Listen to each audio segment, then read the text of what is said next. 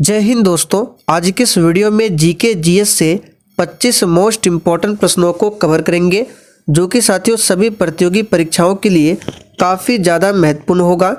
तो साथियों आप सभी सेशन को बिना स्किप किए लास्ट तक पूरा ध्यानपूर्वक देखिए और आज के इस 25 क्वेश्चन में से आपका क्या स्कोर होता है सेशन के लास्ट में आपको कमेंट करके बताना है। तो पहला क्वेश्चन देखिए आपके सामने है, एंगस्ट्रम क्या मापता है?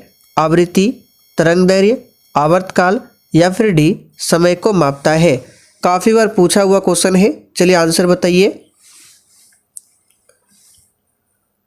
तो साथियों एंगस्ट्रम की बात करें तो याद रखिएगा ये तरंगदैर्घ्य को मापता है। तो यहाँ पर बी ऑप्शन अगर आपने दिया है तो आपका बिल्कुल सही जवाब है, तरंगदैर्घ्य को मापता है। पुस्तक नेचुरलिस हिस्टोरिया के लेखक कौन है? चलिए दूसरे क्वेश्चन के लिए आप सभी आंसर कीजिए। पुस्तक नेचुरलिस हिस्टोरिया के लेखक कौन है? तो याद रखिएगा प्लिनी। यहाँ पर पहला ऑप्शन आपका सही जवाब है, प्लिनी है। अगला क्वेश्चन है, मानव शरीर में पसलियों की संख्या कितनी होती है?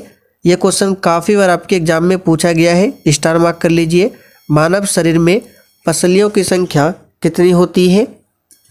तो याद रखिएगा साथियों 24 होती है। यहाँ पर सी ऑप्शन आपका सही जवाब है, 24।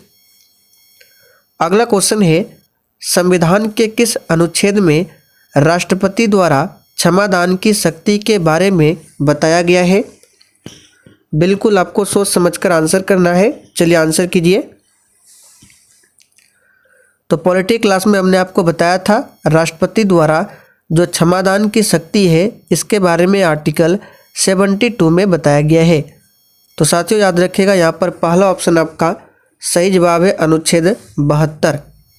और अनुच्छेद 123 में क्या है? तो इसके तहत राष्ट्रपति अध्यादेश जारी करता है। किसके सहयोग से बोकारो इस्पात संयंत्र की स्थापना की गई? चलिए बिल्कुल टॉप लेवल का क्वेश्चन है, आंसर कीजिए। तो साथियों बोकारो इस्पात संयंत्र की बात करें तो इसकी स्थापना रूस देश के सहयोग से किया गया था। तो यहाँ पर बी ऑप्शन आपका सही जवाब है। आप लोग कमेंट करके बताइए बोकारो इस्पात संयंत्र किस राज्य में है। अगला क्वेश्चन है, किस राज्य में भगवान महावीर का जन्म हुआ था?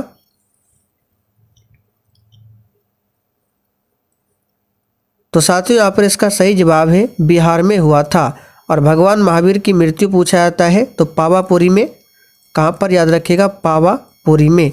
भगवान महावीर के बचपन का नाम क्या था? वर्धमान था। तत्काल ऊर्जा के लिए एक खिलाड़ी को क्या दिया जाना चाहिए? तो सिंपल सा क्वेश्चन है, तत्काल ऊर्जा के लिए एक खिलाड़ी को कार्बोहाइड्रेट देना चाहिए। यहाँ पर पहला ऑप्शन सही जवाब है, कार्बोहाइड्रेट। आगे देखिए, लिखित संविधान का प्रारंभ किस देश से हुआ था? तो जैसे कि आप सभी जानते हैं विश्व का पहला लिखित संविधान पूछे तो ये अमेरिका का है। यहाँ पर डी ऑप्शन आपका सही जवाब है। लेकिन विश्व का सबसे बड़ा लिखित संविधान पूछे तो हो जाएगा भारत। लेकिन सिर्फ पहला लिखित संविधान पूछे अमेरिका, लेकिन विश्व का सबसे बड़ा लिखित संविधान पूछे तो अपना देश भारत। पृथ्वीराज रासो निम्नलिखित में से किसने लिखा था?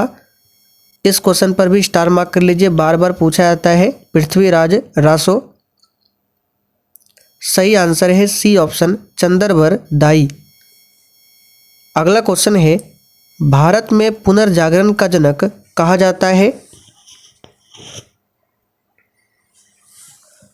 सही जवाब है राजा राम मोहन राय को।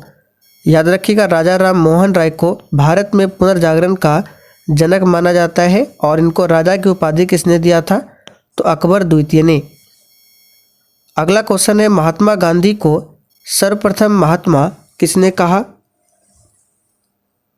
सही जवाब है ऑप्शन डी, रविन्द्रनाथ टैगोर ने। राज्यसभा के सदस्यों का कार्यकाल कितने वर्षों का होता है?